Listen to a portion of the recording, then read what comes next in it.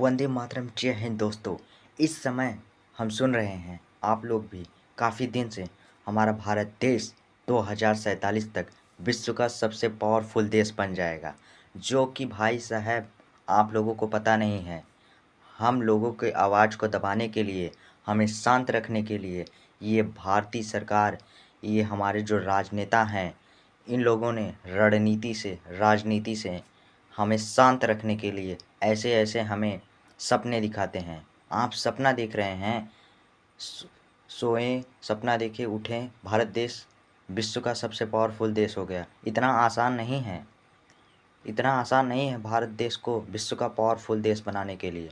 क्या चीज़ है हिंदुस्तान में, क्या फैसिलिटी है जो विश्व का नंबर एक चीज़ कंट्री हो जाएगा?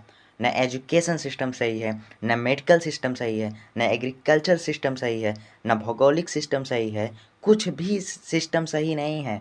हम मिडिल क्लास फैमिली वाले को, किसान को दबा कर रखा है। किसान का विकास हो ही नहीं रहा है, हम लोग का उद्धार हो ही नहीं रहा है। कहाँ से देश विकास करेगा? जिस दिन किसान का विकास होगा उसी दिन भारतवर्ष का विकास होगा। भारतवर्ष का नहीं, विश्व के किसी भी कोने का विकास उसी दिन होगा जिस दिन भारत देश हमारे किसानों का होगा।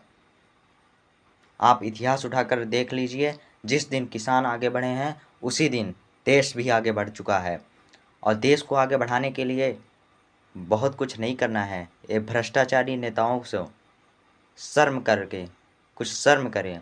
कम से कम अगर 50% भी ईमानदारी से अगर देश के विकास में योगदान देना, तो भी भारत को विश्व का नंबर 1 देश बनने से कोई नहीं रोक सकता है। भाई साहब, युवागढ़, हमारे पेरेंट्स, आप लोगों को आवाज़ को दबाने के लिए, हमारे आवाज़ को दबाने के लिए, हमें शांत रखने के लिए ऐसे ऐसे सपने दिखाए जाते हैं जैसा कुछ होने वाला नहीं है। अच्छा, 2047 तक हमारे देश को विश्व का नंबर 1 देश बनाया जाएगा, पावरफुल देश बनाया जाएगा। तो उस हिसाब से 2025 में आपने क्या गोल सेट किया है? कुछ हमसे शेयर किया? क्या आइडिया है, क्या टारगेट है, क्या अचीव करना चाहते हो? आपने हमें कुछ बताया?